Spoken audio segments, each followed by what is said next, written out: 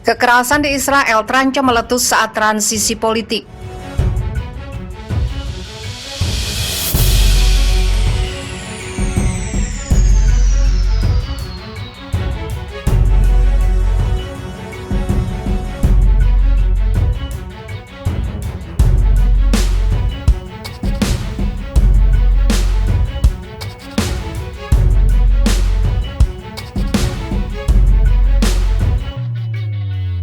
Kepala Dinas Intelijen Israel Sinbet Nadav Argaman telah mengeluarkan peringatan pada Sabtu 5 Juni tentang kemungkinan terjadinya kekerasan dalam periode transisi politik. Benyamin Netanyahu kemungkinan akan lengser setelah 12 tahun menjabat sebagai Perdana Menteri. Kami baru-baru ini mengidentifikasi peningkatan wacana kekerasan dan hasutan yang semakin ekstrim terutama di jejaring sosial. Wacana ini dapat ditafsirkan di antara kelompok atau individu tertentu sebagai salah satu yang mengizinkan aktivitas kekerasan dan ilegal yang bahkan dapat menyebabkan kerusakan fisik, ujar Argaman. Pemimpin oposisi tengah Israel Yair Lapid mengumumkan pada Rabu 2 Juni bahwa ia telah berhasil membentuk koalisi pemerintahan setelah pemilihan 23 Maret. Mereka sepakat untuk mengambil alih kepemimpinan yang dipegang oleh Netanyahu selama 12 tahun.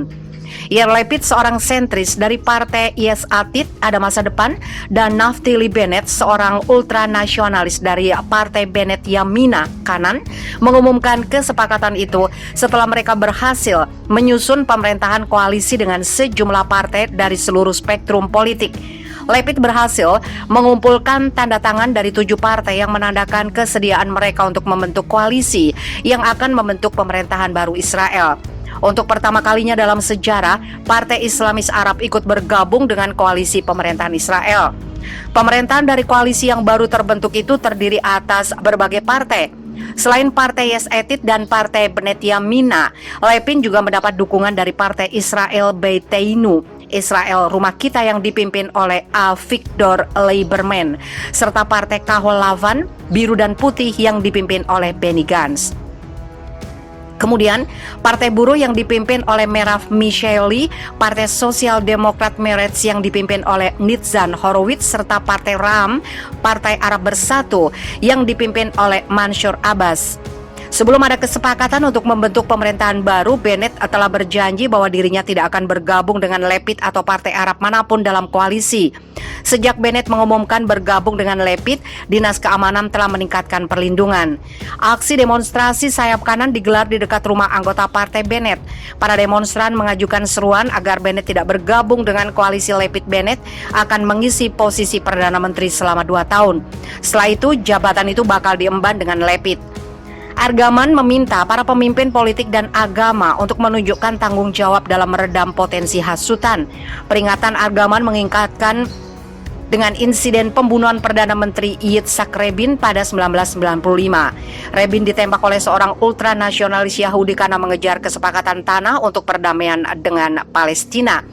Lapid dan Bennett mengatakan mereka berharap pemerintahan baru dapat menyembuhkan perpecahan politik yang mendalam di antara orang Israel dan mengakhiri kebencian.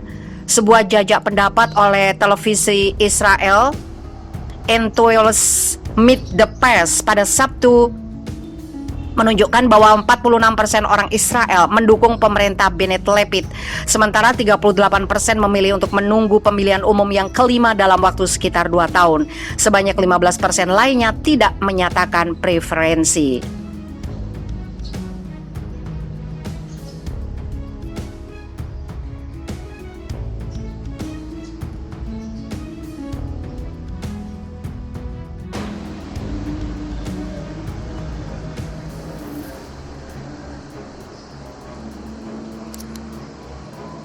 Untung Turki dan Iran masih sabar, kalau tidak habis Israel. Timur Tengah kembali panas. Sudah kurang lebih sepekan militer Israel melakukan serangan militer ke jalur Gaza di wilayah Palestina. Tel Aviv berdalih bahwa tindakan tersebut adalah untuk melumpuhkan kekuatan kelompok milisi Palestina yang kerap melancarkan serangan ke Israel.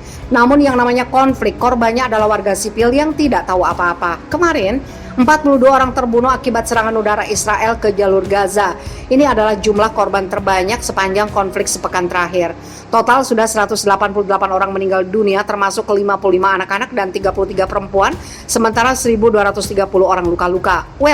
Kekuatan militer Israel memang tidak bisa dianggap enteng. Mengutip Global Firepower, Israel berada di peringkat 20 dalam hal militer terkuat di dunia. Global Firepower menggambarkan kekuatan militer satu negara dengan indeks kekuatan.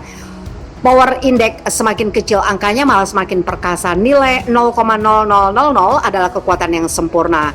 Amerika Serikat menjadi negara terkuat di dunia dengan Power Index 0,718, sedangkan Israel menduduki peringkat 20 dengan skor Power Index 0,3464. Total populasi Israel adalah 8.675.475 orang dan 3.024.271 orang, atau 34,9% diantaranya dinilai cukup fit untuk berdinas di militer. Saat ini total personel militer negara Zionis adalah 634.000 orang. Di matra udara, Israel memiliki 241 jet tempur nomor 13 dari 140 negara, plus helikopter tempur sebanyak 48 unit terbanyak ke-12 dunia. Di matra darat, Israel memiliki 1.650 tank, peringkat 16 dunia. Kemudian untuk kendaraan lapis baja berjumlah 7.500 unit, terbanyak ke-14 dunia. Ini masih dilengkapi dengan 14 peluncur roket terbanyak ke-32 dunia. Sementara di matra laut, Israel memiliki 4 unit kapal perang ukuran kecil terbanyak ke-20 dunia dan 48 unit kapal patroli. Israel menguasai 5 unit kapal selam terbanyak ke-15 dunia. Agresi Israel di jalur Gaza mengundang banyak kecaman, misalnya dari Turki. Recep Tayyip Erdogan, Presiden Turki, mencap Israel sebagai negara teroris. Erdogan mengajak seluruh pihak untuk bergerak mengatasi konflik kemanusiaan tersebut. Kami mengajak seluruh negara, seluruh institusi, apapun keyakinannya, untuk segera bertindak melawan serangan Israel, tegas Erdogan dalam pidato di televisi nasional sebagaimana diwartakan Reuters. Andai Turki beradu kekuatan militer dengan Israel, siapa yang unggul? Apakah Turki bisa mengimbangi? Sepertinya negeri Erdogan lebih didaya. Power Index Turki adalah 0,2109, peringkat 11 dunia.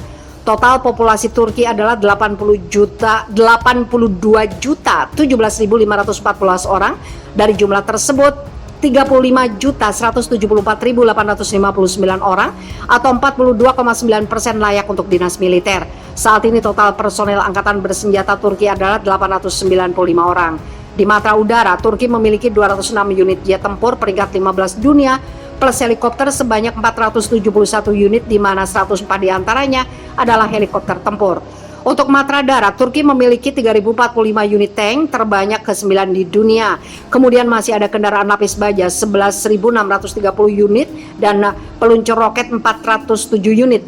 Sedangkan di matra laut, Turki memiliki 16 unit kapal tempur cepat, terbanyak ketiga dunia, plus masih ada 10 unit korvet, 12 unit kapal selam, 35 unit kapal patroli, dan 11 unit kapal ranjau.